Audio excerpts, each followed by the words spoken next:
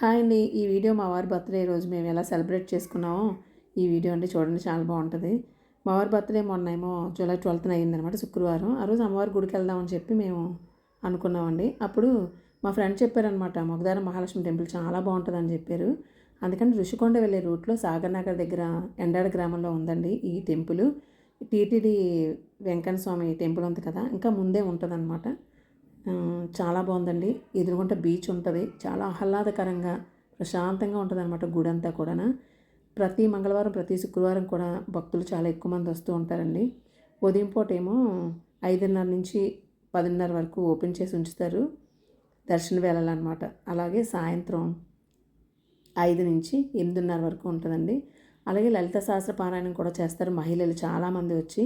కోలాటాలు కూడా చేస్తారండి మంగళవారం శుక్రవారం పూట, అంటే సాయంత్రం అనమాట. కానీ నేను ఉదయం వెళ్ళాను కాబట్టి ఆ కోలాటం వీడియో తీయటానికి కుదరలేదు. అంత బాగుంటుందండి, చాలా బాగుంటుంది అనమాట. అలాగే ఇక్కడ దేవతా కళాఖండాలు తీర్చిదిద్దారండి, నిజంగా శిల్పాలు, ఆర్కిటెక్చర్ ఎక్సలెంట్ ఉంటుంది అనమాట. హ్యాట్స్ ఆఫ్ అంటే హ్యాట్స్ ఆఫ్ అండి.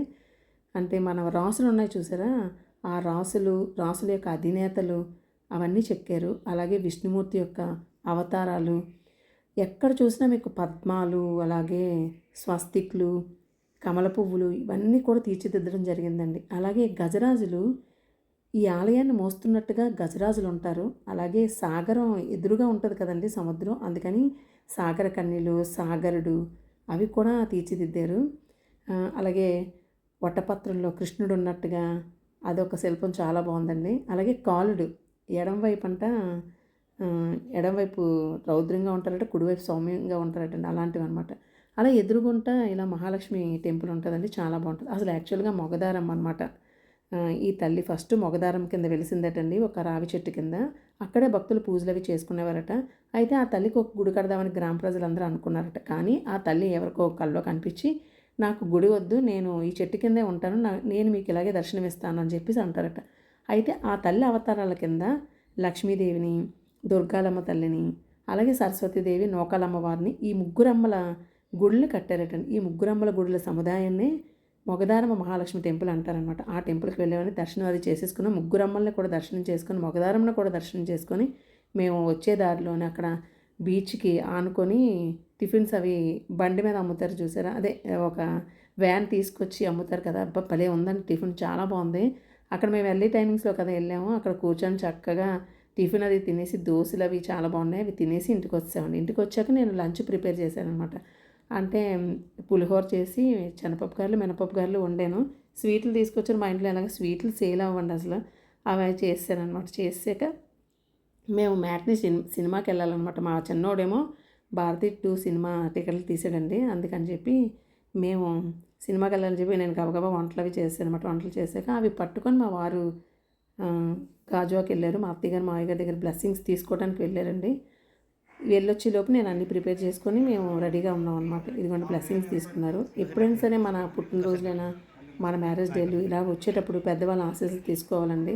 మన అమ్మగారు, మా నాన్నగారు, అదే మన నాన్నగారు, అత్తగారు, మావయ్య గారు ఎవరైనా మన దగ్గరలో లేకపోయినా, అక్కడ ఎవరైనా పెద్దవాళ్ళు ఉన్న దగ్గరలో వాళ్ళకైనా సరే వాళ్ళకి నమస్కరించి బ్లెస్సింగ్స్ తీసుకోవడం చాలా మంచిది.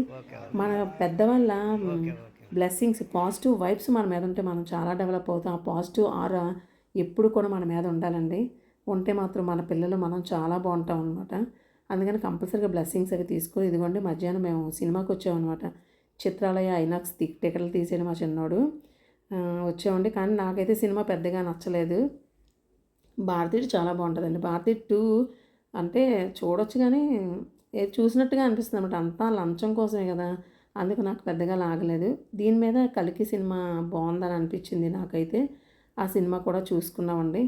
అయితే మా వారు అంటారనమాట, ఈ బర్త్డేలు అవి చేసుకోవాలా, ఇలా సినిమాలకు వెళ్ళాలా, కేక్ కట్ చేయాలా, ఇవన్నీ అవసరమా అసలు, మనం పెద్దోళ్ళం అవుతున్నాం కదా, ఇంకా అవసరం లేదు అని అంటారనమాట. నేనైతే అసలు ఒప్పుకోను, ఫైట్ చేస్తాను అనమాట. లేదు, మనం పెద్ద అయిన కొలది ఇంకా చేసుకోవాలి పుట్టినరోజులు అవి, మనం హెల్తీగా ఆనందంగా ఉండాలి. మా ఫ్రెండ్స్తో కూడా నేను సినిమాకి వెళ్ళేదాన్ని. నాకు కూడా సినిమాలు ఇష్టమే, వెళ్ళేదాన్ని థియేటర్, కనకాపల్లి థియేటర్లో చూసేవాళ్ళం.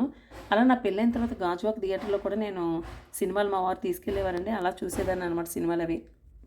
ఆ తర్వాత ఇంక పిల్లలు పుట్టిన తర్వాత ఇంక సినిమాల మీద పెద్ద ఇంట్రెస్ట్ తగ్గిపోయిందండి. అయినా సరే అప్పుడప్పుడు చిన్నపిల్లలు కదా తీసుకుని వెళ్ళేవాళ్ళం థియేటర్స్కి.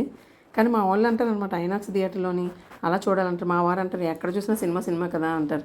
కానీ కాదు, అది కంఫర్ట్ జోన్. నెక్స్ట్ స్క్రీన్ అవన్నీ బాగుంటాయి. పిల్లలు చెప్పింది కరెక్టే. మనం ఎప్పుడో కదండి వెళ్తాం, డబ్బులు ఖర్చు అయినా సరే పిల్లలతో మనం స్పెండ్ చేయాలి.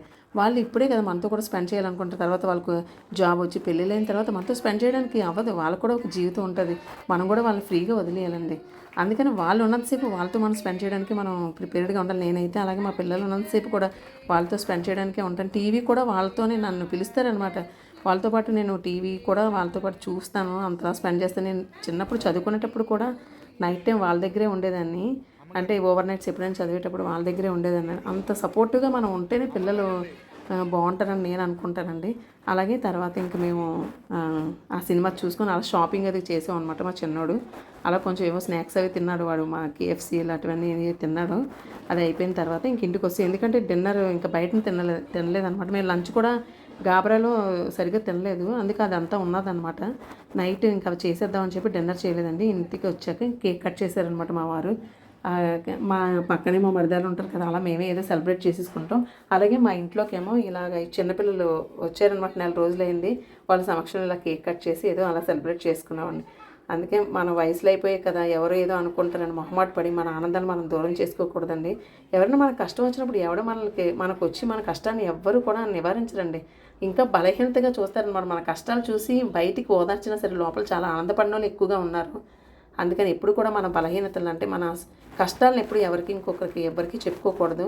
మనం ఆనందపడేటట్టుగానే ఎప్పుడు కూడా ఉండాలి. మనమే అంటే మన నలుగురు, ఇంట్లో ఉన్న నలుగురు మనం ఏదో పాలు పంచుకోవాలి తప్ప అందరికీ చెప్పేస్తే తేలిగ్గా చూస్తారనమాట. అందుకని ఎప్పుడు కూడా మనం ఆనందంగా ఉండడానికి ట్రై చేయాలి. మనకు బాధ ఉంది కదా అనే ఆనందమైన క్షణాలు మనం దూరం చేసుకోకూడదండి.